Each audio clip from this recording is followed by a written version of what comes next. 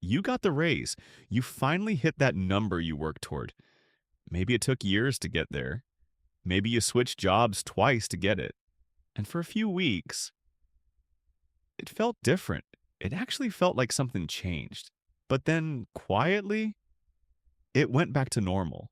The same low anxiety crept back in.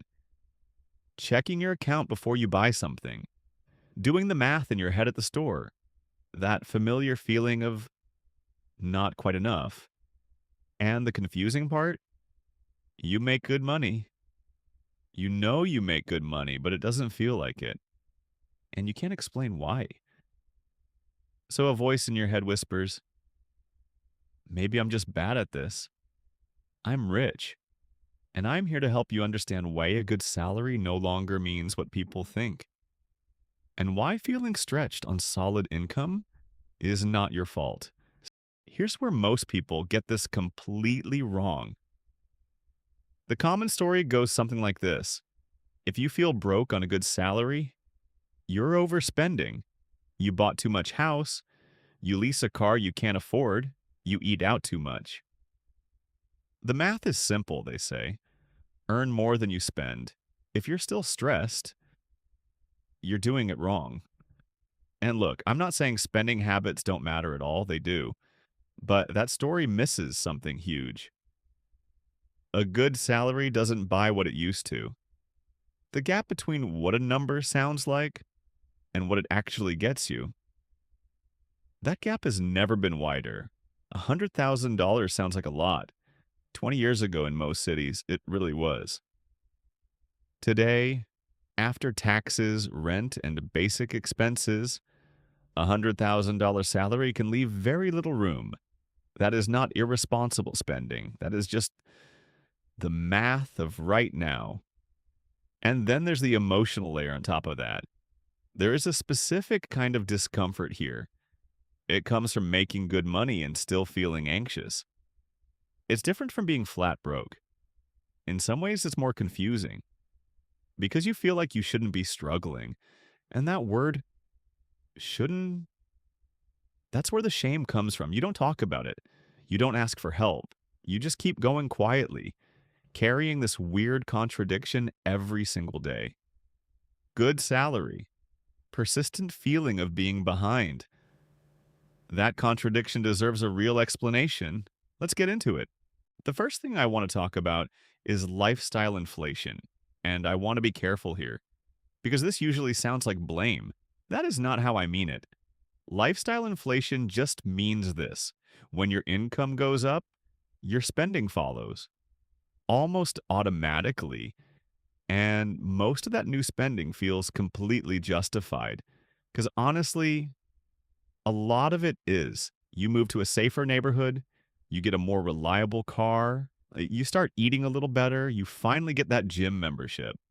None of that is reckless. Those are reasonable upgrades. You worked hard for them. But here's what happens in your brain. These upgrades become your new normal. Fast. The apartment that felt exciting in month 1 feels ordinary by month 4. The salary that felt like relief in January feels like the bare minimum by June. Researchers have a name for this. They call it hedonic adaptation. In plain terms, that just means this. We get used to good things quickly, and then we need the next thing to feel okay again. But here's what makes this more complicated. Not all the new costs were choices. Some of them just happen to you. Taxes go up when your income goes up. That's how the system works. But it means the jump from 75 to 100,000 does not feel like a $25,000 improvement. After taxes, the real gain is much smaller, maybe $15,000 or $16,000 more per year, which breaks down to about $1,200 more per month. 1,200 sounds like a lot, but follow this for a second. If the new job required moving to a bigger city, rent might have gone up $600. Commuting costs add another $150. A professional wardrobe cost a few hundred up front. Now that $1,200 gain Bosnia is maybe $300 or $400 of real breathing room per month. And on that, like you're supposed to save, invest, pay off debt, and feel financially secure. That is a very tight margin, and that's before anything unexpected happens. Now, here's the part nobody talks about enough. Money is connected to identity. What we spend on tells a story to other people and to ourselves. When your income goes up, your identity shifts too, and that shift comes with expectations. Your friends in a higher income bracket do different things. Family assumes you can contribute more now. You start to feel like certain things are beneath you. Taking a side gig, buying secondhand, saying no to dinner so you spend to match who you think you're supposed to be. And the cycle quietly runs. This is not vanity, this is just psychology. It happens to almost everyone at every income level, in every generation. There's one more layer here. And I think a lot of people in their 30s and 40s feel this one deeply. A huge number of Americans now earning solid incomes spent their 20s buried in student loans or stuck in low paying early jobs, or both. They didn't have time to build savings young. Now, at 35 or 40, they're trying to do several things at once: pay off old debt, build an emergency fund they never had, save for retirement they started late, maybe save for a home too, all of that, competing for the same paycheck. And that creates a very specific kind of stress. The stress of knowing what you should do, but being unable to do all of it at once. Choosing between priorities that all matter every single month. That's exhausting. And a good salary was not supposed to feel like this. So it circles back to the shame. Okay, here's where I want to shift things, because everything I just described makes a lot more sense. When you stop asking one question, stop asking, what am I doing wrong? And start asking instead, what am I actually working with? Those are very different questions. They lead to very different emotional states. The first question assumes the problem is you. The second question treats your money like a puzzle, with real limits and real room for strategy. Here is the mindset shift I want to offer you. Your salary is not your financial situation. Your salary is just one piece. Your real financial situation is much bigger than that. It is the relationship between everything coming in and everything going out, and the direction that relationship is moving. Hmm. Think about it this way. Someone making 60,000 and slowly building savings is in a healthier place than someone making twice that must have won and going nowhere. The number on your paycheck matters less than what's happening to it. Once you see it that way, the whole thing becomes less about shame and more about navigation. So what does this actually look like in real life? Because I don't want to leave you with just a mindset shift. You need something you can actually do. The first thing is understanding what your money is doing right now. Not in a judgment way, just factually. What comes in after taxes? What goes out? Where it goes? Most people have a vague sense of this, but vague doesn't help you make decisions. Clear does.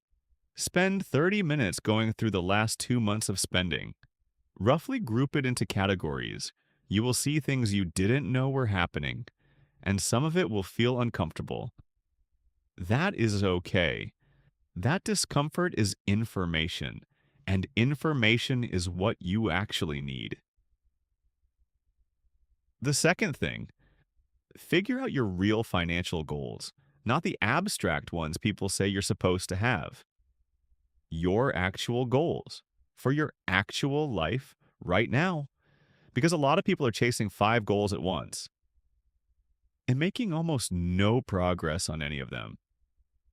If you have high interest debt, that is almost always the first thing, because that debt is growing against you every single month. Paying it down is the most reliable return you can get. If you don't have even a small emergency cushion, build one before anything else. Even 1 month of basic expenses matters, because without a cushion, every unexpected cost becomes a debt situation. And debt situations undo a lot of hard work. The third thing, start noticing why you're spending, not what you're spending on. Why? Is this spending making your life genuinely better? Or is it spending to match an identity, to avoid an awkward conversation, to feel like you belong at your income level? There is no judgment here. Just notice it. Because that noticing is where intentional choices begin. You don't have to be extreme about any of this. Extreme approaches in money usually don't last. Small, consistent shifts, held over time, add up in ways that feel invisible until suddenly they don't. I want to close with something that gets lost in most money conversations. Feeling anxious about money on a good salary is not a sign you're doing it wrong. It might actually mean you're paying attention. You're aware enough to feel the gap between where you are and where you want to be. And that awareness, uncomfortable as it is, that is the starting point for everything useful. The goal here is not to never think about money again. The goal is quieter than that. It's to get to a place where money is not the thing keeping you up at night, where you're not doing math in your head in parking lots, where the anxiety gets quiet enough that you have room for everything else: your family, your work, the parts of life that make the money worth earning. That is a realistic place to get to. It doesn't require a huge income jump. It doesn't require a dramatic life overhaul. It requires understanding what's actually happening, making a few clear decisions, and then giving those decisions time. Progress beats perfection, not as a slogan, as an actual strategy. The person making slow, messy, imperfect progress ends up in a completely different place than the person waiting to have it all figured out first. You don't need to have it all figured out. You just need the next step with whatever clarity you have right now. Hit like and subscribe for more.